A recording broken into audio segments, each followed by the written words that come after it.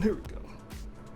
What's going on, everybody? RedWolfVion here, back at it again with another GBO2 Tips from the Community Discord 2023. I feel as if we do this every year, so why not continue this tradition? Last year we had our lovely voice Neric join us, who is also here today. Say hi, Neric. Hola. Yes, I love it. And we have another amazing individual joining us, 8-Bit of Fun. What's up, man? What's good? I'm well. I'm here for this. I'm glad. So essentially what we did, we asked the Discord to drop some tips for newcomers or returning players or just people who are generous to or curious to get information from people who play the game, may it be very constantly or time to time or long time players. And we're just going to share these with you to kind of, help you out. Hopefully this can help better your game or your knowledge about the game, aside from the multitude of guides and videos out there. So let's jump into it. I will start off first. These tips are brought to us by Gallexfire Team. They start off saying, always support your supports. Always protect your supports. They're easily overwhelmed by raids, but if you can keep them alive doing their job, your team will benefit. I agree with that. Part 2. Think rationally when you're going to charge a weapon. Look to find your moment to charge the shot and take it. Very, very nicely said. Straight to the point. And 3. Save your tokens for special steps early on. You'll build your suit and weapon roster better and save a bit of tokens and money in the process. So taking a step back, looking at all this, I agree. Always protect your supports because they will be able to deal damage from further away most of the time, or they have different skills that will benefit your team. So this happens, we'll say it, and you'll probably hear a lot of this stuff again because some people think very similar, but the team will benefit as long as people are kept alive doing their job, and that can shift situation depending. When you are using a charge weapon, keep that in mind because a weapon can take between 3 to 30 seconds to charge. That is also time taken out of the fight. So if you're out of a fight longer than 15 seconds, that can place a huge stress on your shot that you take. Say if you charge something that takes 20 seconds and you missed a shot, you wasted 20 seconds of damage. So keep that in mind. When you charge to take the shot, be smart with it. And saving your tokens for special step up draws early on, I agree with. If you're new to the game and it's hard to come by tokens, save your tokens for a suit that you absolutely know you want or ones that have half off cost. I agree. On top of that, for me, as a person who primarily plays support roles, it is very helpful when a raid, the one that has the tentacle hands, everyone loves it. Yeah, it would be very helpful if I can not die with a 3-hit combo. That 3-piece. Yes, to help you live longer. Yes, come get this free easy kill because I am running for my life half the time. Yeah, I think one thing I like to do sometimes is I have certain suits that I prefer to use in a certain role, and usually ones that have access to heavy stun. So say, one of the Pale Rider ground type has access to a heavy stagger, and any of the others. I think like the Goof VD and some of those other suits, they make excellent like support wingmen, and I like running those in particular so I can cover the support. And with access to heavy stun, it gives you like one real good punch on them to kind of shut them down, and complete an offensive and get them off the support and give your support a chance to get away. So I think that's always a good role. So if you're having trouble finding your place in the match, finding a place where you feel like you're really useful, that's always a good role to take up. And in terms of money, tokens, here's a freer tip for tokens. Just buy like PlayStation cards from like Costco or like Sam's, anywhere where it's like you get them for a discount, where it's like 100, it might be like $20 off. Just do that. You'll never worry about money in this game. You need all the tokens anyway. They give you, buy all the new release token stuff that they give you. Give Papa Cornelius Bandai all your money. It's fine. We're gonna get more games the more money we give. So stop being cheap. Give them your money so we can get more games. I didn't know. That's a hot tip. I didn't know about getting them cheaper at Costco and stuff. Yes, I have. I spend like every couple weeks, I'll just take $100 and be like, yeah, give me well, it's like $80. Like, give me $100 worth of PlayStation cards. 20% off. Okay. Yeah, That's really good. That's really good. Yeah, I didn't know that. Yeah, that's. Well, I mean, in regards to that and the step ups and stuff, I'm a huge, like, in my example, I'm a huge Advanced Zeta fan. So the step up thing makes a lot of sense because that's the only way to guarantee a specific suit is when they have those 7-step ups. And that's 190 tokens? It's like 200 tokens basically is your goal. Yeah. So you want to save up 200 tokens. Now, if you can't do that, of course, that's when you get the PSN cards or something like that. But so far we haven't had an Advanced Zeta 4-star suit that would be a 7-step, for example. So my goal is to try and save up 200 tokens for that. It's not easy, but especially when other Advanced Zeta suits come out along the way. Try not to, but that's an absolute game changer. So I mean, like, if you want a specific suit, that's the only time in the game that you can 100% guarantee it is with that 200 tokens for that 7-step. And of course, you're going to get a lot of suits included. It's not like that's the only thing you're spending those 200 tokens on, because you got, that's 7 10 pulls, so you're going to get a lot of other good suits too. So if you can hold out, there's a lot of benefits there. But that's why the way it is, and it's a gacha game. So if you can manage the 200 tokens to wait for the exact suit that you want comes along, take full advantage of that, you'll really benefit. So yeah, the next tip is from Taru. He says his first tip is don't rush out, stick with your team. Plain and simple there. Definitely good advice. Stay as a group, and once you see somebody get flanked, flank that person, and everybody can cover each other's back. That's a strong way to keep playing and work as a team. Number 2 is when it comes to ace matches, don't steal the kills, keep them low for the ace. So yeah, all the enemies that are on the field, get them as low as you can without killing them, which everybody's trying to do the same thing. So leave a little bit of room, but something that maybe 10% is usually what I try and aim for, or when their health gets low enough, bust out the Vulcans or whatever you got to chip away a little bit. So hopefully the ace can swoop in and just one-shot them and take them out. So that way you get that triple ace kill points. That changes the whole match. If you play to that, it completely dramatically changes the way the game's played. You can't really brute force ace. I mean, maybe it happens once in a blue moon, but with ace matches, you have to play the game. You have to let the ace get the kills, and if you're not willing to do that, then you're just going to lose. So you absolutely have to play it the way it's made. But yeah, just be careful not to overdo it. Chip away when their health gets low. Give the ace a chance to come in and do it. If the ace dies, then you have a decision to make whether or not you're going to go ahead and finish him off or not. But as long as you don't feed their ace yourself, if you're low on health, in order to get away from the ace, and even just try to be killed on purpose by the other non-ace units, because then they only get 1 times the points versus 3 times. So, but yeah. And then tip 3 says to always pay attention to your radar. It will save you countless times. Absolutely, that's a fundamental gameplay. It's really easy to get tunnel vision in this game. Everybody suffers from it, even the most seasoned players, I'm sure, which I've been playing a long time. I'm not a great player, but I've been playing a long time. But it's really easy to get focused, or let your emotions get you and say, all right, I'm gonna get this guy back or whatever.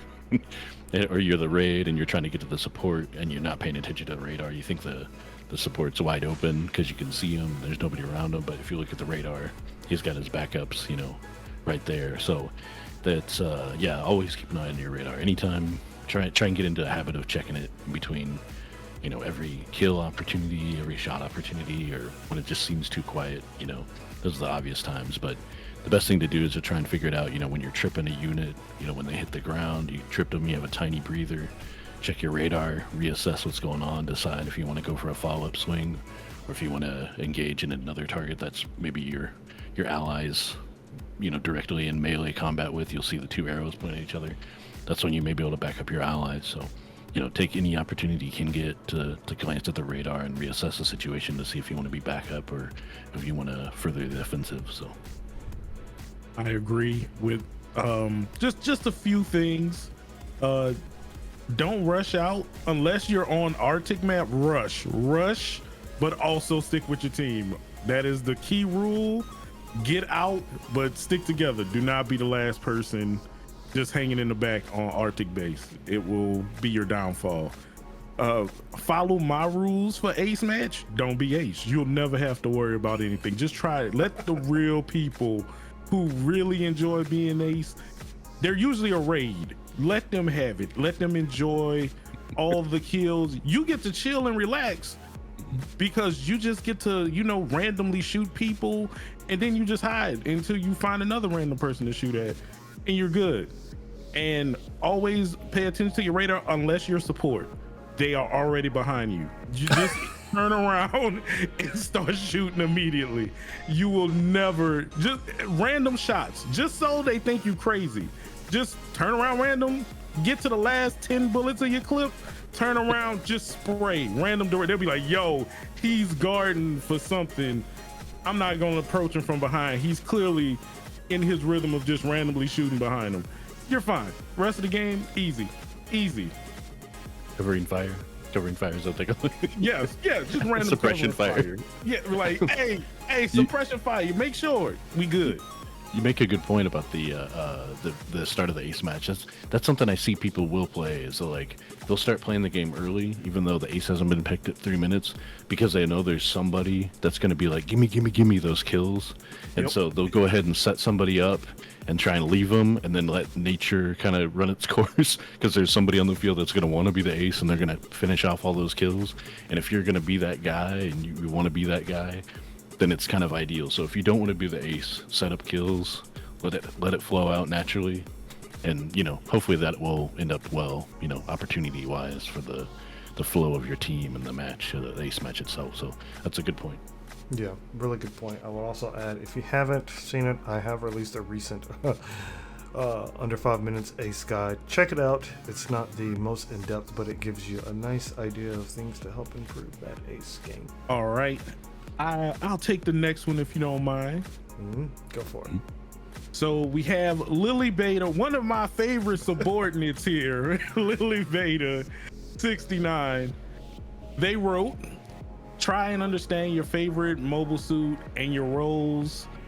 Join clans to gain extra DP and tokens. Yes, always work off the success of others. You pitch in too, but mostly just depend on other people for this game. It's very important to survive. Join the clan. You get a whole bunch of cool rewards. So free money and tokens every so often.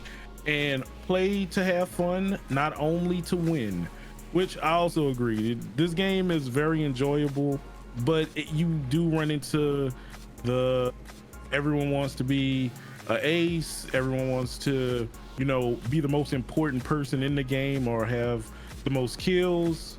At the end of the day, it's still a team-based game, so don't take it too seriously. That's what, rank and all the other high-end stuff is for. You want to come in, get your tokens, do your dailies. That's all fun, but make sure you're doing it for the right reasons, and it's enjoyable for everyone. They give us our lanes for those that want to be the guy, those that want to, just be the supports. We have our roles. We all have what we are best at, and it shows. It shows in the game. This is one of the few games that really show you who you really are. When you get to control a giant robot, which also plays into, your favorite suits and roles. Don't be upset if your favorite suit is not a role that you are good at. It's okay. That's what practice is for. They give you a lot of things to do to learn your suits. So just take it easy, try to have fun, but also learn your role. It'll make everything else a little bit easier for you, and you can have more fun. Just don't be upset that your favorite suit is a raid and you're not a raid person. it's okay. It's nothing to worry about, really. That's a really, really nice point, because playing your favorite suit and having your roles can be two different things. But hey, if you play your favorite suit and you like it, but it's not the role you're used to, maybe you can learn a new role, you know? So experiment with that. And, you know, complete clan missions, get them tokens and stuff. And while you're at it, hey, bro, just bonfire style. You said it. All right. So, we have another very, very esteemed individual of the community, Victor Primus. Very short, very sweet. I love it. Up first, Victor goes, hey, tip number 1, help your teammates out. Cannot express this enough. If your teammates are getting jumped, you spawn in, help your homies out, all right? Like, it's a team game, so you should operate as a team. Simple. Step 2, attack the mobile suit your suit is better at. So, in terms of role, support, raid, general, everything of the sort, generally it's better to attack the suit you have advantage on rather than attacking the one you have disadvantage on in a fight. If you can control it, I would strongly suggest to do that. Or if you possibly have the range or the right weapon kit to, let's say, stop a raid or stop a rushing suit, utilize that ability for your team. Overall, everyone will be very, very, very happy instead of very dead. And third, when you're a support, stick close to your gens as much as possible. This goes back to something earlier was saying, what someone said, if you're a general, protect your supports. Now, it is a double-edged sword, because at the same time, you have to understand that generals can't always break the front line to protect you. So, suits and map depending, it may be a good job to stick closer to your generals to allow them to, help you out, because some support suits have a long range and they can't afford to pull a general who has a third of their range just to stand around while they'll need it on the front line. So I think that's actually really good observation and a note. Yeah, for the most part, it really just situational, and that comes with learning the game and being adaptive to your surroundings. Like, if you're a sniper, you probably don't want a general too close to you. But you do know, hey, I need to get out of this situation and I can't rely on this one sniping spot. Just in general, if you shoot once and miss, you might as well just leave, because you will not get a second chance. With most of the support shots, it really just depends on your build and everything too, but just be adaptive and learn, like, hey, this might not be the best situation for me. Maybe I do need to regroup. So that'll come with experience. Just be open to not being able to camp. Yeah, being the support and sticking close to your generals as much as possible. I think that's pretty smart too. I think that's an easy thing to do. Support, like you were talking about, somebody's recommendation was talking about charge beams earlier, and it's easy to be a support and just kind of hang back with a charge beam and wait for a shot to appear, and then you may not know it, but the whole front line moves up, and of course the raid's going to sneak up on you and get you. So try and stay within, like, what do they say? I don't know, like, try and stay visible or within radar shot of your generals, so they can see, when the raid is on top of you, when they check their radar. And that Arctic base is a good example of where that is, like, the most important part of being a support. As your role as a support is to stay as close to everybody as much as possible, because it's like a meat grinder in that map. So the support that hangs back is definitely dead meat. I'm not, on a rare occasion you can probably sneak up to one of those hillsides back there on the back of the map, but that rarely lasts long. The raid will figure it out pretty quick and come and get you. But if you got a really strong front line, I guess that's part of being a good support player, is being able to read your team and figure out how they can back you up enough, and if they can provide you that much breathing room, then take advantage of it. But just make sure you don't get stuck in there just charging a beam and become like an easy target. All right, so the next set of tips here is from Jayster, the cowboy, currently, I think, Jayster as we know him. He's into cowboy stuff right now, maybe, I don't know. But yeah, okay, so here we go. Right now, see, his first tip says, don't buy MS, buy parts first. So he's talking about when you go to the the shop and you talk to the lady and she has things available. If you go to the with your DP, you get a pretty limited amount when you first start the game, so this is definitely for new players. So when you go to the DP exchange counter, there's several categories there. There's one for buying MS and weapons, and then one of them is clothing, of course, which is just that's just cosmetics, right, for your pilot in the base. But the main thing is the custom parts. So what he's saying is get the custom parts first. Those are things that'll boost your melee damage, your range damage, give you extra hit points and stuff. And those things are really helpful in your performance in each match. So I'm personally a big fan of the HP parts, the parts that boost your hit points. I think are the best custom parts to buy. But then also, yeah, the melee and the range boost to help you play your role. But so I think that's some pretty strong advice. For new players, especially. And number 2, he says set up shortcuts. I believe he's talking about the communication shortcuts. So if you push triangle and go to your Haro menu from the base, click on options, and then you go down. There's a category that says simple chat settings, and in that you have 4. Each of your D-pads directions become a chat shortcut menu. So from that you can cycle through the options.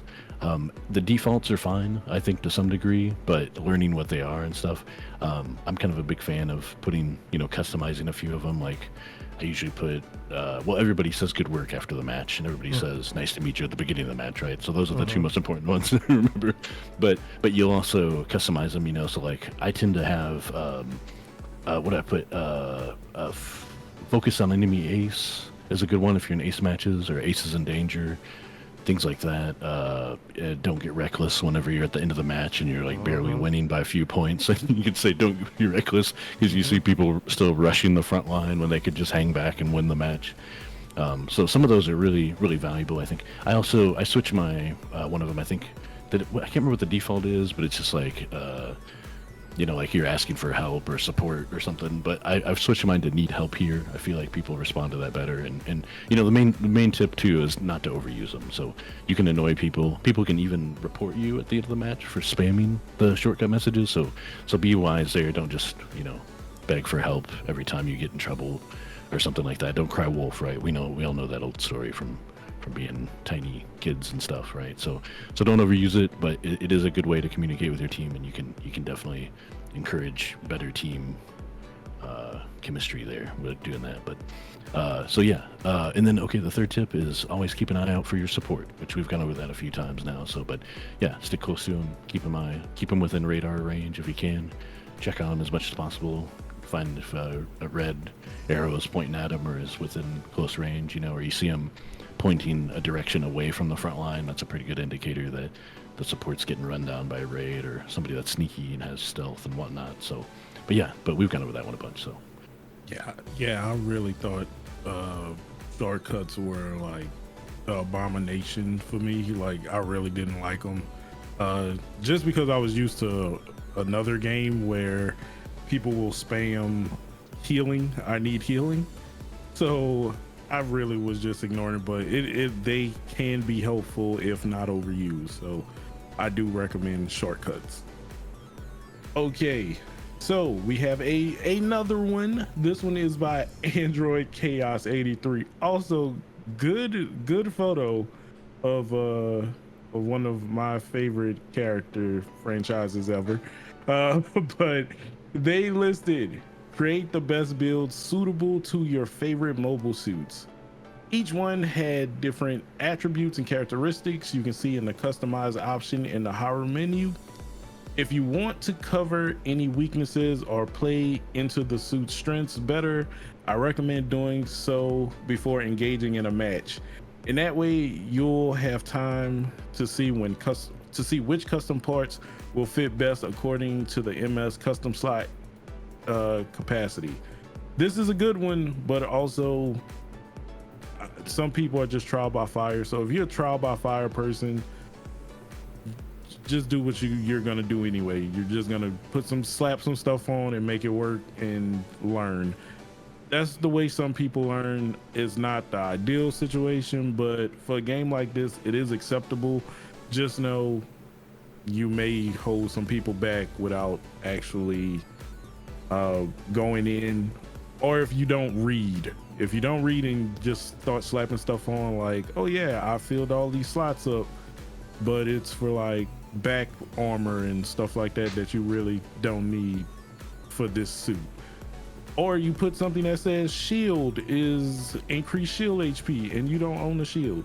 Just be mindful and read what you're putting on your suit before you just start slapping stuff on because you see a number in a bar that needs to be filled. Number 2, test any new MS you get on practice, as well as higher cost suits in the battle simulator. This is helpful if you want to get good grasp for the suit's weaponry and set of skills, and for testing your builds also. Each new battle simulator will give you free goodies for like the first time you beat it, or if you beat it under like a certain time frame. So make sure you finish them with the best possible time. I really wish they would just make all the battle simulators available at all times, because I personally find it more fun to just grab me 2 other people and we just start running through those. It's usually quite fun and a good way to just hang out if you don't have enough time for a full match or do a couple matches. You can at least get some quick interaction and team building exercises in the battle simulator. 3, try out the support fire and use it wisely. It can really help when the opposing team does not expect it. You can also use it to map out your opponent's positions and that of your team prior to dropping the bomb. Save the support fire if you want to scope out the map and see what's what, but always be careful if the enemy is nearby before getting back into your mobile suit. Yes, a lot of people don't realize that also supporting fire hurts your team. Like, it will stagger them or make them very vulnerable if you decided to drop it on that one dude that's already at half health because he sniped you from across the map and you got salty. So just be mindful. It's a limited resource, but it's one of the best resources that can turn the tide for the game if you can grab a bunch of them in one spot. But also just be mindful of your maybe slower teammates that could get caught up in that firing range. But also some good tips. These are some that have not been previously discussed. So thank you, Android Chaos, for that input. So up next we have ZeonicHistorian with their 3 points being: A, learn to play all 3 mobile suit types. A flexible player is a useful and a skilled player. Followed by step 2. Whether you join an active clan or not, find folks you like to play with and against. Being part of the community will help you become a better player and help the game thrive. Aww. And last but not least, while you should consider the viability of a mobile suit for a given team comp, map, and point cost, use the mobile suits and weapons that you actually enjoy playing. Bruh. Round of applause for ZeonicHistorian, because first up, it is very good to be a flexible player. You don't have to be the best of everything, but being able to not only understand a general array and support and what you can and can't do in particular matches goes a long way, especially when you're forced to pick a suit, or someone would call it like a pocket pick, you know what I'm saying? So like if you consider yourself a raid main, right, but you go in and someone already insta-lot raid, you need a support, have a pocket pick for support, have a pocket pick for general, just in case that happens, so you're not really, too frustrated or off your A game. It's very important to try doing that because it's very useful, not only as a single player coming into a random team, but I think it makes you a stronger player and it helps you understand the different roles and suits in the game. Now, when it comes to clan or not clans or friends, it's very important for this game because it is, of course, a free-to-play game that has a lot of different people and a lot of different communities. And at the end of the day, it does require us to thrive, right? Because, like, if no one was playing the game or no one was trying to, motivate people to play or ask friends to play, then we probably wouldn't have as many people playing this game than we do right now. So I definitely would say, hey, look, if you have any friends that are interested in playing GBO2, hey, just tell them to try it. It's free. Why not? You never know, because you'll have friends that you want to sortie with, or even friends you might want to practice against in custom matches. It's very viable. I think that's something that you should totally do.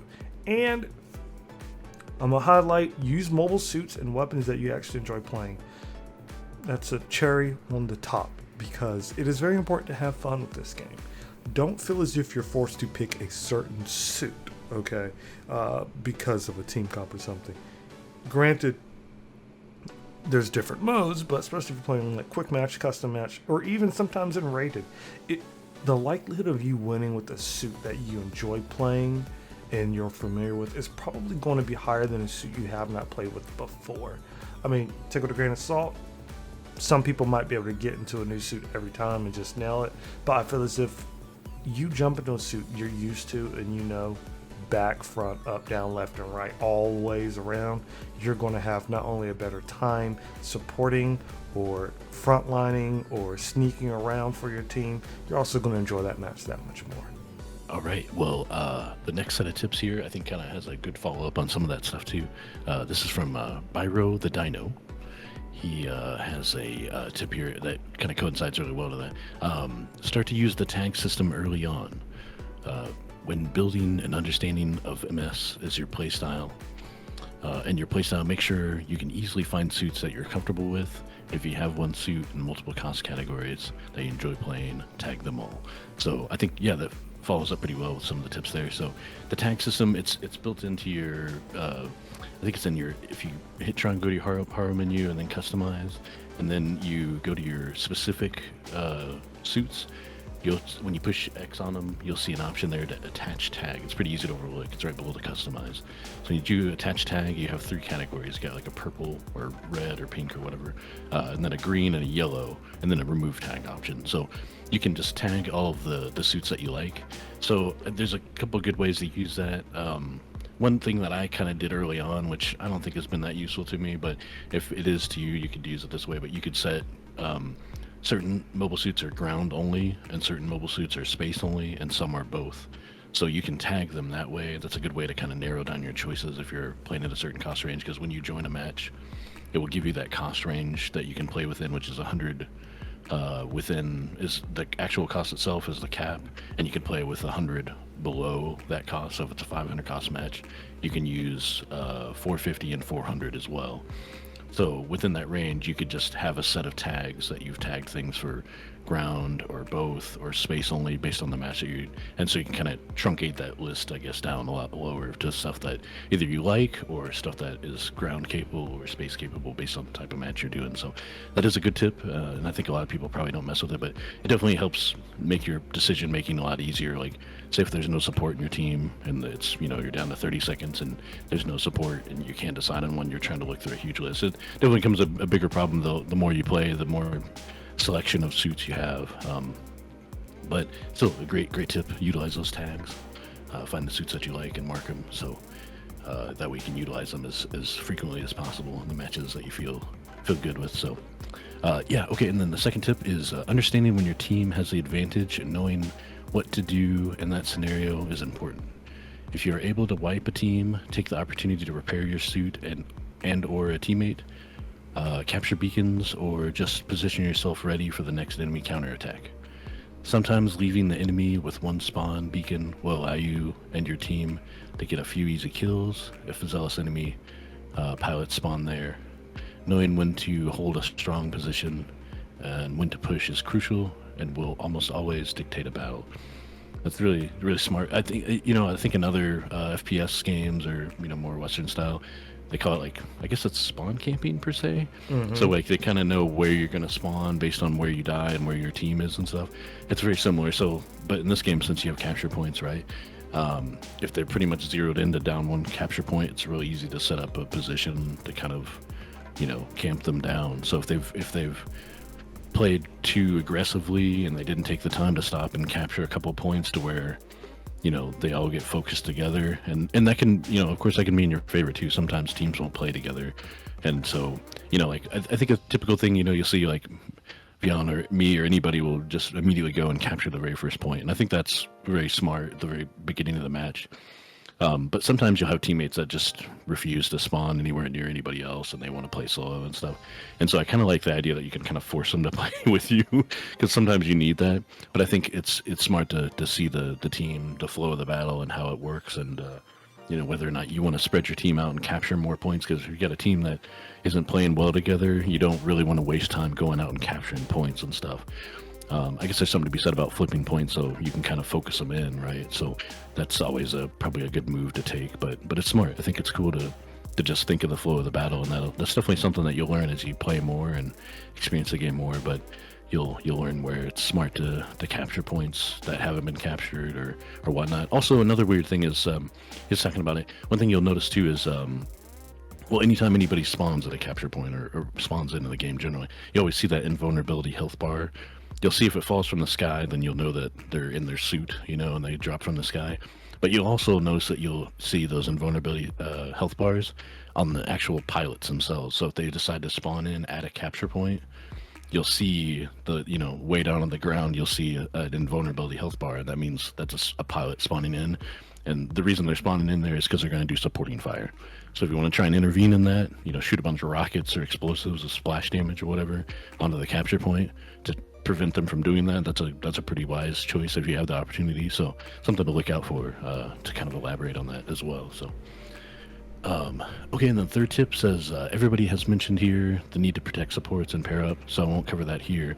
Instead, I'll share this. If you find yourself in a tough 1v1 and are in melee range of your opponent, try feigning an attack by boosting towards them instead of hitting them. This will almost always result in them prematurely going for a tackle. This wastes their counter opportunity and, more importantly, drains their thrusters, meaning they can no longer dodge, evade your melee attack. Similarly, you may want to buffer your melee attack with a tackle of your own. Many suits are able to evade melee hits after your strike lands. Opening an enemy up with your tackle first positions you in front of the enemy. Closing the gap to them gives you a few seconds of invulnerability, and more importantly, staggers them briefly, meaning they're unable to move or hit you. After a tackle, your melee attack will come out instantly, giving you the edge. Then an opponent here will also allow your thrusters to recover. So yeah, definitely talking about the whole, I guess the counter formula or mechanics to the game. It's complicated. It's really unusual. I think it relates more to fighting games. I'm not like a fighting game expert per se, but it has a lot in common with fighting games when it comes to like the melee and the invulnerability timers and the countering and stuff. And that is a really important part of the game that you'll learn, especially if you want to play something like Raid or General that's more melee focused, and learning how to maximize that potential. But I think, and one thing he's saying is that when you boost at them, a lot of people, especially supports if you're a Raid, they'll typically go ahead and do their tackle. And if you want to make the most of that, usually not just boosting at them, pull out your melee weapon when they see the big shining beam saber out, or the sword swinging around. Once you pull that out and boost at them, more than likely people expect you to boost at them and go for a melee swing, so they're going to try and tackle you and counter it. And of course, if you're intentionally not going to melee swing, they could tackle right into you, and they'll stun you, but then they don't have thrusters. They can't evade. They can't tackle again, unless there's a few specific cases. I think there's some, I think the Rick Diaz suits and a few suits. This just comes with learning the game. There's a couple suits that if they have 0 thruster cost at the beginning, they haven't used their thrusters at all, they can tackle, but then they have like 10% of their thruster left after a tackle, so they can tackle again. So with time, you'll learn those suits, and I don't have them all memorized, but the Rick Diaz ones are the most common giveaways. I think maybe the Power GMs as well. They might have that. But yeah, so you'll learn that there's ways to feign people and get them to do what you want. But once they do that tackle, they're locked in. They can't evade. They can't do anything. So that's when you can really unleash a full melee combo. And that's, I think, what they're, what Brio the Dino is expressing here. So learn how to, kind of trick your enemy into, burning out their thrusters. and then you have like free reign, and you can really control the situation with them. But shuts down all their evasions and stuff. So even suits like not supports that only have a tackle, really, generals and other suits that have evasion 1, evasion 2 can roll twice and whatnot. If you can get them to tackle right off the bat, then they can't. All those skills are useless to them because their thrusters are overheated. So you have a small window of opportunity to take advantage of there. So I think that's some pretty good tips and more advanced play that if you're a new player will be hard to understand, but you'll get it with time. But for you guys out there struggling to understand how counters work and all that, it will definitely help you out. Okay, next up we have WolfDracon, and WolfDracon wrote in, if you have a mobile suit with any grenades or AoE ballistic weaponry like bazookas or cannons, use them inside your base just in case your enemy tries to base bomb in pilot mode. Blast every corner and inch of your base before defusing the bomb so you won't get any sneak attacks. Okay, this is probably one of the most underrated comments so far. A lot of people essentially base bombing is like a desperation move, unless they just want to really disrespect you and say, on top of beating you to like 10,000 to 600, we're gonna blow up your base too. Just always be prepared for a counter. If you went in there and you didn't see, like, if you didn't kill them and you went in, just be prepared. You're probably about to get hit with a bazooka 90% of the time. So before you get out and look to defuse the bomb with enough time, just go in and, like he said, just blast every corner of the base. Make sure before defusing the bomb that the person inside has been eliminated as a player, and you're not just taking it on faith like, oh, I'm pretty sure he got him. No, you want some kind of accuracy. When you're playing as a raid, don't go for generals or other raids. Mostly target the supports. They'll become a real pain if they aren't taking it. Yeah, we've already addressed this. Yeah, just shoot behind you. Supports, we few and far in between, but we making it out here. And number 3, make sure to take beacons to control the battlefield. The more beacons you claim, the less area the enemy will spawn. And yes, just knowing where they will be coming from, if you take all the beacons or if you limit their options on where they can respawn, it helps you and your team, because if you're in the far back, you can kind of repair, get some of your missing HP back, or reload. Some guns do have ridiculous reload times, so making sure your all health is back up, as well as any reloading that you need to do. Use that time, that those precious seconds that you need, by taking those beacons to make sure you can control the battlefield as effectively as possible. I think map awareness as well as map control is very, very important. Up next, we have Aqua Vengeance dropping some tips. What's up, Aqua? So, Aqua starts, play to your strengths, but do learn to play more flexible suits in case you have a map or a team setup that'll struggle to play with your preferred playstyle. Always have a go-to for each cost. Aqua also notes, take note of common suits you will see in matches and what their skills are. You don't want to melee a suit that tricked you with doing a double tackle or getting caught lacking when your usual stun accumulation doesn't work because the suit you're fighting has damage control. And the ball and Ogopod can dodge roll, but only the ball can tackle, which can cause a knockdown when it counters. This is just a fun tip that I'll almost never matter in a match. Almost. So this is very good subtle information, where I'm glad Aqua shared this, because of course we've talked about playing to your strengths, whatever. I suggest that you would definitely have multiple suits per cost, maybe between 3 to 5 suits per cost that you like to play. Granted, it's a 50 to 100 cost difference depending on the suit and that cost. Now, I want to point out, number 2 is very important, going off of what Nirik was speaking about earlier, where some suits they do have the ability to tackle twice, so they can kind of bait your bait, and it's just a whole other thing. But at the same time, that's why I love this game.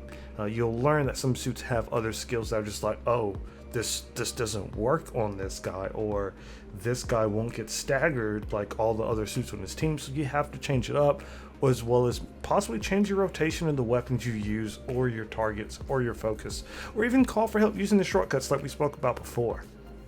Now, it is very interesting to see something like that, but once you learn that a suit tackles you twice, I highly doubt that you'll forget that that suit can tackle twice again, because having that happen to you is almost soul snatching. You're like, oh no, I got him, and then tackle again. Yeah, at that moment you realize you're fucked up.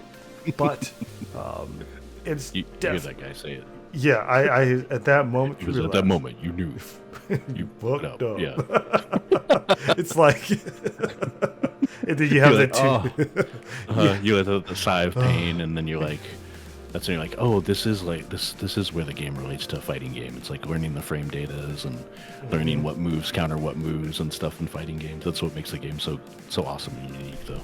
Exactly, and then you have that meme to be continued. Yeah. But I will say that the ball and Ogopod details, I mean, like, you almost never use those, but when you do, you never know. So go with that. Yep. Go with that information, whatever. Yeah. Aqua taught me something there. I had no idea they had tackles, so that's pretty amazing. I definitely learned that too. So good high level play tip right there. But yeah, okay, cool. The next set here is from Nobel 913, which I believe he's a huge support fan, if I recall correctly.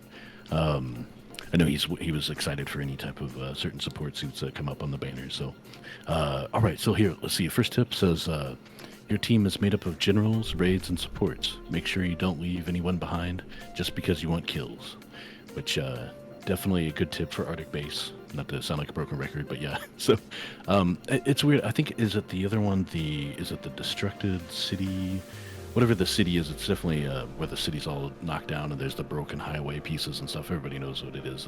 But it's a real common one where it's real easy to leave people behind at the very beginning of the match. Somebody will stop and capture the point, and then everyone will just abandon them, and they'll just become a free kill, and they'll just lopside your match immediately.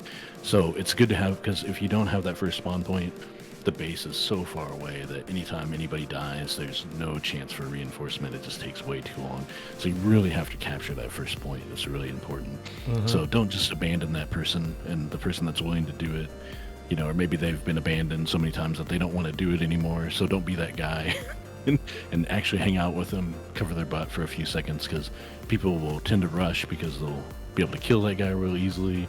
So it's kind of a weird circle of violence that people learn. They're like, oh, if I don't capture the point and I rush their point, then I'll get to kill the guy that's capturing the point because everyone abandons them.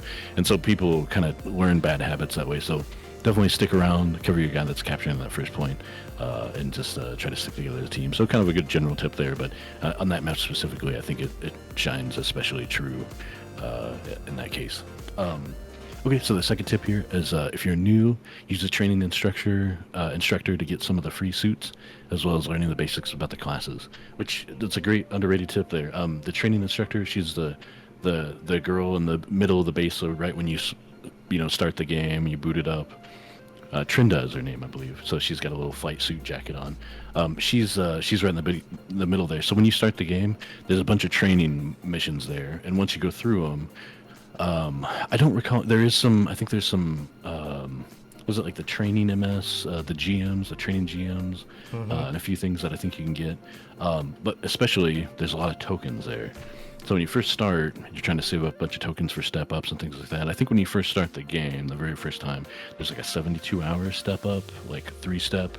That's got a lot of typical popular suits that people want and stuff. So you could, save up the tokens for that. But definitely doing those trainings, if you can get through them. Some might be pretty challenging if you're completely new to the game, but definitely knocking those out and tapping into that wealth of tokens is pretty handy. So definitely something to consider if you want to, get some last minute tokens. It's kind of like the battle simulator. Like the battle simulator, we farm out for tokens. This is one that's just a one-time deal. I think they've updated it one time in the 3 years or whatever we've been playing in the US or whatever. So it's something they don't really add to, but definitely some tokens to get. So definitely utilize that. That's a great tip there. And then, okay, so for the third tip, a little act of kindness goes a long ways with the support players. Keeping them safe means the other team will never get any sleep, as well as their broken legs and backs. So backs in space, that's when you get your back broken, you can't move. It's like you're slow to crawl and you can't boost. And when your legs are broken, then you can't walk. You can't normal speed walk or jog, I guess. You just have like a tiny little steps that you take, and then anytime you try and boost, you face plant, and then it takes a while to get up and you're hurt. So yeah, but it's true. So in other words, you scratch my back, I'll scratch yours, and that whole saying. So if you back up your supports, they'll back you up. So that's strong advice, and any support player knows and appreciates anybody that hangs out. And that kind of goes even further back to where I said, pick a general that you like that has access to like a heavy stagger tool or something like that. Or even if it's not, one that's got some good tools and good kit and stuff in it, that you can use and try and, be the guy that sticks with the support. Just make that your role. If you're struggling to find a role on the battlefield, pick that role and just back up your support, and you can look after each other. And it's easy to make a solid play and a team supporting, because as long as your support is alive, you can see everybody's health bars on the battlefield. Enemy health bars will show up. As soon as your support dies, you lose that. Suddenly, if your support gets picked off and your front line is suddenly blind, they can only see what they can see. So, and if they take damage, I think otherwise their health bars will show up, but for a limited time. And there are some other tools that can expand that and such, things like Isaac and stuff, and what's the GPO, 00. I think there's also one of the Jigans. There's a Jigan that has a support ability that can scan and spot and stuff. So there's some things that can offset that, but I mean, it really changes the dynamics of the whole conflict. So keeping your support alive is definitely a very high priority, because everybody can see where the health bars are, and that gives you a huge advantage. So that's a very good tip, to put it into action and put it into play there. That's how it will play out and help encourage the good flow of the battlefield for your team. We next have Awesome Ninja. Awesome Ninja submitted: 1, be aware of the positioning and status of every suit on the field. This will help you determine what you need to do. Sometimes you'll have to leave people behind, as you may not be able to help them, or to see if you need to push. Hold out for reinforcements, or to die if needed to spawn with the group. Only if you have low enough HP. Don't waste the suit to spawn with the group. This can also give you an advantage if you notice an enemy doing something, i.e., an example, use a tackle on someone, or when they use a dodge roll. So pretty much this is something that only experience can kind of help you with. You become aware of what you can take on as a pilot, or how comfortable you are with certain situations where you may have to say, yeah, this is not looking good, chief, time for me to bail out. Or, you know what, I feel like we could stick, even though it's 3-on-2, we have the advantage. I feel like we might be able to make something shake. You never know, but that'll be something that definitely comes from experience on the battlefield. 2, know your suits. This goes for you and the enemy as well. I also believe somebody else mentioned this earlier. Knowing how to best play your suit will bring the best of what it's got to the team, as well as making it much more enjoyable for you to play in. Not all suits are viable in a competitive environment, but if you want to have fun with them, then you'll need to know what they can and can't do, as well as their strengths and weaknesses. This also comes into play in what an enemy can do as well, and it will also affect how you should engage them and if you can take them on depending the situation and positioning. So yes, we previously talked about this before, so I won't dwell or kind of put another 8-bit spin on it. But yeah, the more you know, the more suits you get to play around with and understand the game, the easier it'll be for you to assess situations, which comes from just playing the game. And number 3, don't be a victim of sunk cost or tunnel vision. This has also been discussed. This is mainly an issue that players in GBO2 can struggle with, as people can be lured out and killed. Know when something is lost, whether it be a fight or a friendly suit. Although there are times when you can't afford to lose something like a suit in the last few seconds, depending on the score or a point on a map, if you need map control. To counter tunnel vision, this mainly requires practice and ability to multitask with your radar. So keep at it and you'll understand the flow of battle. Yep, oh, I agree. Only thing I would probably say is, I wouldn't necessarily say it's a struggle, but it is definitely something that we need to be mindful of with GBO2. Don't chase that minor kill. Like if they're on the other side of the map and you know you've finished them off to a good point, don't try to rush to come back alone. It's been depending on the map or the battle, it may have been a good couple seconds for them to regroup. So don't even try it. You don't know what they didn't regrouped or done. So just let the sleeping dog lie. Get them on the next round, but don't forcibly go out to try to get that kill. I agree. Again, it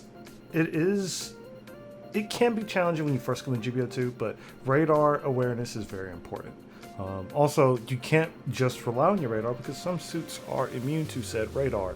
Without the ability to scan or anti-stealth, they can bypass that. So don't rely heavily on it, but you just got to find that balance. So once you play, you'll understand. So keep it up. You'll get there. Up next, we have LazyDracon, another homie from the Discord. So they share, don't try to stay to take out an enemy when a teammate can already do it.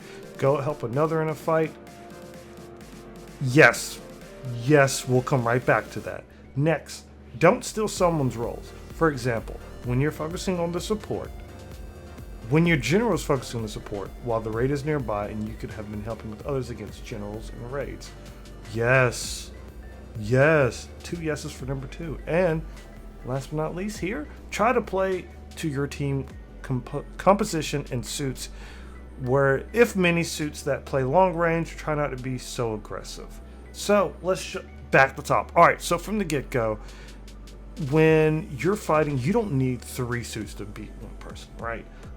Even if they're really low, if there's a possibility, maybe 2 on 1 as a suit falls to the ground to ensure that they die. The one thing you don't want to do is leave an enemy with an ally that can kill them in one combo. Such as, I'm a general, I go hit a raid that's attacking my support, I downswing them, and I leave my support with this guy. The support can still lose. Granted, he gets up and he misplays. It happens. It's happened to me, it happened to a lot of people before. So just be safe, help them kill that person, and go about your business. Otherwise, if there's a lot of distance between them and they're really low, sure, why not? They're going to take care of it. By the time you would even get to your ally, they would be able to kill the enemy. But number 2, don't steal someone's roles. This is a primary example because I really, as a support, while I see things, or even running as a general or seeing a raid, I hate when I'm a raid and I'm trying to attack a support, but another general's trying to attack a support. I'm like, bruh, I got this. Like, I'm already in this combo. Don't friendly fire me. Don't mess this up, because in the day, that will definitely screw up the raid on your team, as well as taking another body out of a fight somewhere else. Mind you, in a perfect world, you would have one big fight instead of multiple small fights, because team fights are a little bit, some players do better in larger fights, some players do better in smaller fights, is the name of the game. But keep that in mind if you're a raid running up a support. If your raid is running up a support, try not to block them on their roll. Same thing with supports. They're going to aim for generals. All right, so if you're a raid, if you have to go through a general, okay, cool. If not, go back to business, try to hunt down that support. And this continues for all roles they can apply to. So, That, and try to play to your team comp. I get that, because sometimes you'll have multiple suits with long range weapons and they're very squishy, so you have to be very mindful that you can't be too aggressive. On the flip side, some maps aren't really the best to have super long range units, like a lot on your team. But hey, if you can make it work, good on you. Just be sure not to miss that shot, because if you're running a suit with a long range weapon, they probably have some massive in-between shot issues to work out. So keep that in mind. Also, build your suit properly. Maybe you build it for attack, reload, boost, HP, defense, whatever. So keep all these things in mind. But it goes back to someone was talking about earlier. Just play a lot of different suits and see what playstyle suits you. Yeah, I think one thing that I always think of that you kind of learn with time is playing a suit that suits you and working with other team members and stuff. So if you've got a support that's got, that's there, like Vion, for example, he's always looking for good shots and stuff, and so he's backing you up, or support's backing you up. Don't smother the target. So if you can stun them with your beam saber, and maybe trip them even, and then rather than smothering them and like going in for another downswing and all of that, try and switch lanes so you give your support a shooting lane to add to the fire, to the opportunity that you've created. So don't just smother them and try and do as much damage as you can do. Try and think that play the team game and open up some lanes, move your positioning. If your support's behind you and you're smothering them with melee downswings and all that stuff, they can't shoot them without stunning you. So try swinging around them a little bit, or try backing off and reposition and force them, up into retreat into cover, or force them to rush, so that way you have more opportunities to take advantage of. So yeah, play the team game a little bit, and don't just do everything you can do. Try and think of what you can do better as a team like that. I think it'll play out a lot better for you too. So all right, so the next set of tips here we've got from Eclipse Koray, which another also Discord homie, like you mentioned, been around a long time. He's waiting diligently on the PC release, so he's been playing the betas and stuff. So we need the PC release for Eclipse for pretty bad. So we're all hyped for that. So, but yeah, okay. So the first tip, he's been playing lots of the beta, so he's got some good tips from that. So here we go. Let's see. The first tip he's got is learn each skill. Every mobile suit comes with different skills. Even suits that look similar or are different levels of the same suit, take advantage of them. Keep in mind, different levels of skills may have different or added benefits. Which, yeah, he's totally right. That's even later in the game, and that's a detail a lot of people will miss, is that certain suits, like one that surprised me, for example, personally, was the Dovin Wolf. It doesn't have an evasion, but it's got damage control and I think something else. But I think basically it can take a lot of hits before it stuns. It's also got shock dampeners, so if you hit it with a standard move that would stun a normal suit, it doesn't stun it. It just ignores it. But you can build up those hits, and eventually it will stun. And then, but once you get into the level 3 version, it adds damage control, which also helps suppress the stun accumulation of repeated attacks, so like machine guns and stuff like that. So the level 3 version gets a really powerful combination with shock dampeners. So that's an example of where a suit that's higher level has more benefits. I think it puts it at 700 cost. So it really needs more tools available to it. So, higher level suits will have access to different skills, but like say evasion 1 versus evasion 2 is real obvious. Like evasion level 1 gives you 1 evasion, but it burns all your boost. Then there's evasion level 2 that lets you evade, but you'll have a little bit of thruster left, so you can do a second evasion. And then there's, for example, evasion level 3 that doesn't actually give you a third evasion, but it does give you more boost left over when you do your evasion. So there's all those things to consider, but it doesn't make it to where you can do 3 evasions in a row, as far as I know. I think you can do one a little quicker than you could normally. But there's a lot of details in those skills, and based on what level and what level of the suit. So again, I guess that's a fallout from before, where knowing which suits can double tackle. If they haven't used any of their boost, they can tackle, and then they can tackle again. So this just comes with playing the game and learning. But yeah, it's a very good point. But yeah, if you like a suit, you feel like it's not that great, or it's not strong enough at a higher level cost, if you get a hold of the higher cost one, check it, see if it's got some added skills that are a little more useful. that would make it a little more viable at higher costs that you want to use. That's definitely something to consider and to look at. So, good tip there. So the second tip he gives is snipers, artillery suits are never safe. Scope out very often between shots on unaware enemies to check your radar. This will save you more times than you think. Unless you have a scouting parallel processing device as a skill in your suit, the radar will vanish when you're in sniper mode. So yeah, that's another good follows up into the whole learning your skills. So yeah, certain suits, I think generals and I don't know if any raids have it, but definitely supports. It's typical for supports, some generals, but when you scope in to aim your shot, which some suits I think require it to charge and stuff like that to change the formats of some of the attacks, you'll see that your radar will disappear. So, of course, once you stop paying attention to your radar and you're scoped in, leads to that tunnel vision we keep talking about. So you can't see a raid sneaking up on you. Of course, maybe the raid's got stealth, but once they get within, I think, was it 50 meters or something like that, they'll still show up on your radar. So having that skill is really valuable to those suits. So, keep your radar up, and if you don't, make sure you scope out every once in a while, and, you need to be able to keep up with your team too. So you need to be able to make sure you got some blue arrows nearby on your radar too, just to make sure that your team hasn't moved too far away from you while you're trying to scope in your shots and all that. So it all plays in with the map as well. So, but definitely a good thing to consider, and a good skill to look out for if you like, running sniper role and whatnot. So that may sway your decision in certain suits on certain maps and whatnot. Okay, and then the third tip is base bombing is not mandatory. While setting a bomb can net you enough points or get your enemies to fall back and help you win the round, it's not always optimal. As you're doing that, your allies are down a suit, and one missing suit can overwhelm a team.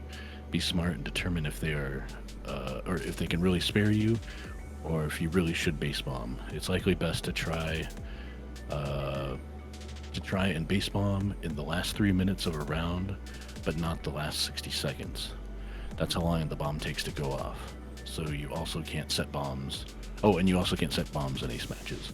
So yeah, really good points there. Base bombing is, there's times when it can completely clutch your win, which is nice, but it also depends on what you're looking to do in the game, because like if you're looking for a rival win, there's that weekly rival win daily. If you're the guy that runs off and does the base bomb, you're probably not going to get your rival win, so unfortunately. So that's one thing to consider too. But yeah, another really good point is something that a lot of people find out the hard way, is that if there's only a minute left on the timer and you go to set a bomb, you've already lost, because it takes, I think it's like 20 seconds or so to put the bomb up, maybe 10, I can't remember exactly, but it takes a certain amount of time to actually set the bomb, and then once the bomb's set, it has a 60-second timer. So after a certain point, you shouldn't even consider base bombing, because if there's not more than like a minute 20 on the map and you're not literally in front of the enemy base at that second, then you don't have enough time to put a bomb there. So don't do it, because you're just going to down your team. You're going to give the other team an advantage on manpower in the fight. So you don't want to shorthand your team. So if it's that close, and you're nowhere near the base, then don't even consider it. Just get in the fight and keep trying to push. But if you do have that opportunity, say maybe they didn't take a capture point that's real close to their base and it's gray, and like everybody on your team just died and you were able to escape or something, you can go for a base bomb. But ideally you'll do it between that 3-minute time window, because at 3 minutes you get a lot more points for it. So you'll see sometimes people will immediately run and do a base bomb right at the beginning of the match. Can it help? Yes, but it's really not worth that much. Unless I'm mistaken, I think it's maybe 1 or 2 kills. So it's really not that big of a game changer. So to shorthand your team at the very beginning of the match, so you can go do a base bomb by taking one person away from the situation, is almost always a horrible idea, because the points payoff is so minimal. And even worse, after that, you don't have that tool in the last bit of the game to where you would get bonus points if you blow it up between the 3-minute mark or after the 3-minute mark of the match. So there's a lot of things to consider there, and it's smart to know. And also, like you said, don't do it in ace matches, because you literally can't set bombs. So that's another. I think simple battle is the same way. There's a couple of game modes that bombs just don't even become a part of the mechanics of the match. So don't waste your time in that case. Don't make the mistake and be the guy that goes and flies into the base and just stands there and goes like, what? Why can't I set a bomb? And then your team's all getting blown up by the shorthanded situation. So, but yeah, all very good points. Base bombing is a lot more detailed and complicated than it first seems. So those are really good details to go over. So good points there. I have VG Hermit. VG Hermit wrote, starting out, pick tougher suits. It can be tempting to load up on damage up parts and high damage suits starting out, but I recommend doing the opposite. Focus on getting parts and suits that improve your survivability. So this way you won't get sent back to the respawn menu right away for a single mistake or getting caught on your own. It can also help swing battle in your favor if you live through a 1 versus 3 situation for long enough. I agree with that. That is definitely a good thing. A lot of people will choose like a very weak raid. That might be the only thing they have, but they just like, oh, I just want to, I seen other people destroy me with this suit. I want it to be my turn. And then they go through it and they aren't capable of piloting the suit the same way that everybody else was. So I can agree with that. Number 2, you don't always need the standard comp, 3 to 4 blue, 1 yellow, 1 red, aka 3 to 4 generals, 1 support, and 1 raid. For some maps that are very enclosed, aka the Arctic base that we all love, and the underground base, another fan favorite, it's okay to not have a support. While some more wide open maps, tropical desert, the OG of pain, the OG of pain, man. That's sad. I rarely see that map nowadays. It's okay to have a second support.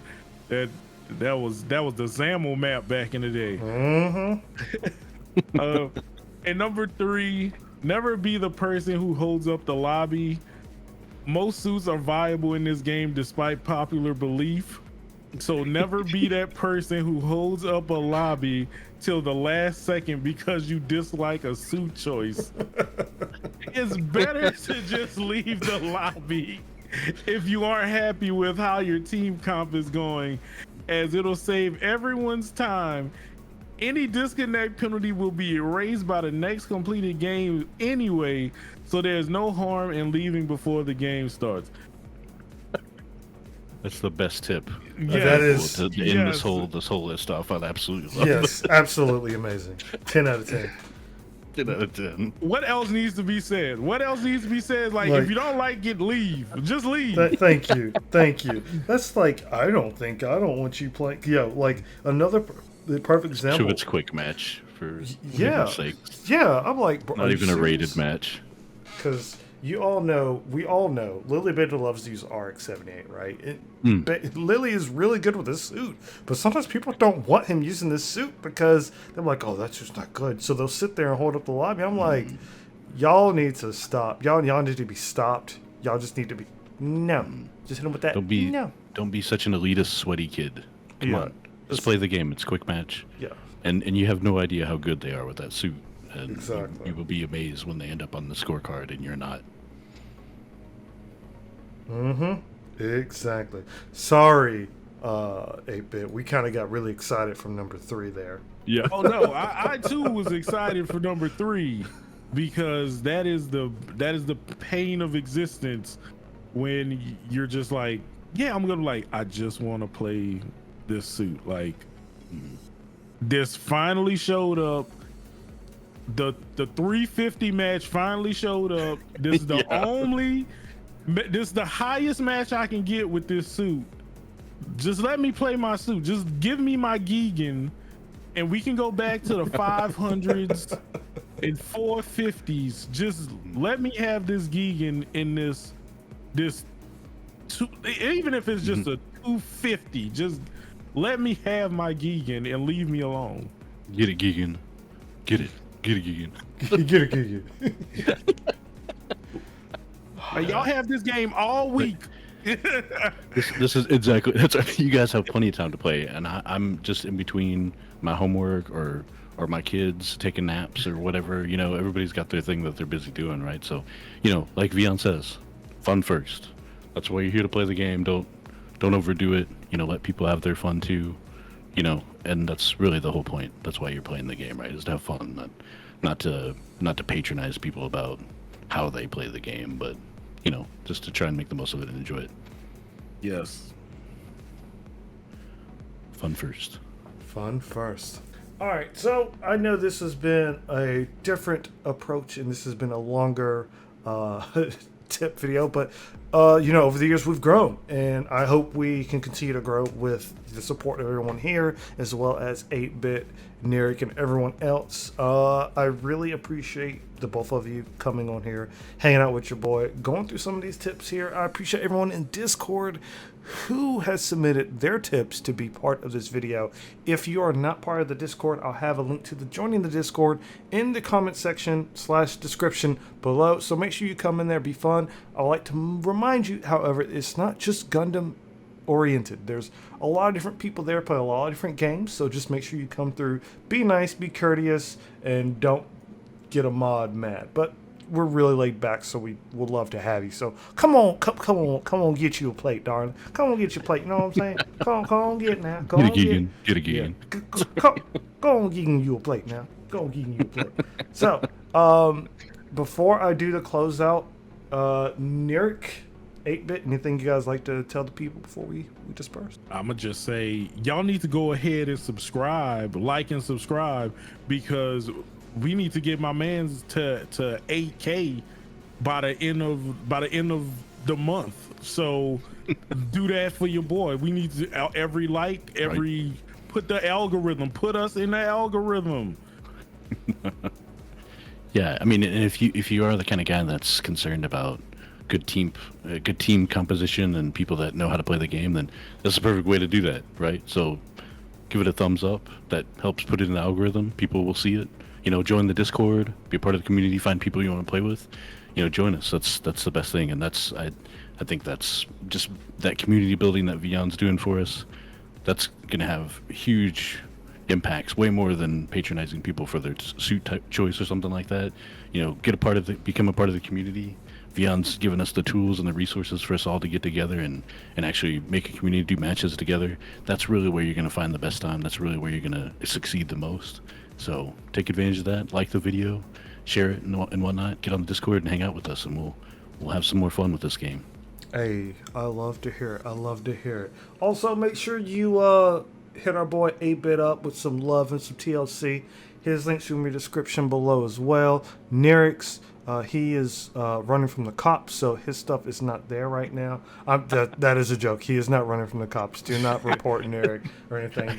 He's totally fine. He's just been busy. Okay, he's being a grown up. You don't know my past. You don't know my. Oh, no, I'm just kidding. No, I'm just busy with family life with the tiny humans and all that. So if you want to hang out though, I love seeing people on the Discord. Love chatting with everybody, joking, saying stupid things. So yeah, it's all about being on the Discord. So if you want to do anything for me, that would be great. Just come hang out with us on Vion's Discord. That's my home away from home. So love to see it. Love to hear it. All right, y'all. That's all we got for today. Go forth. I hope you have a great day. And remember, as we all said, fun first. Stay out of trouble. And until next time, nothing but love. Peace.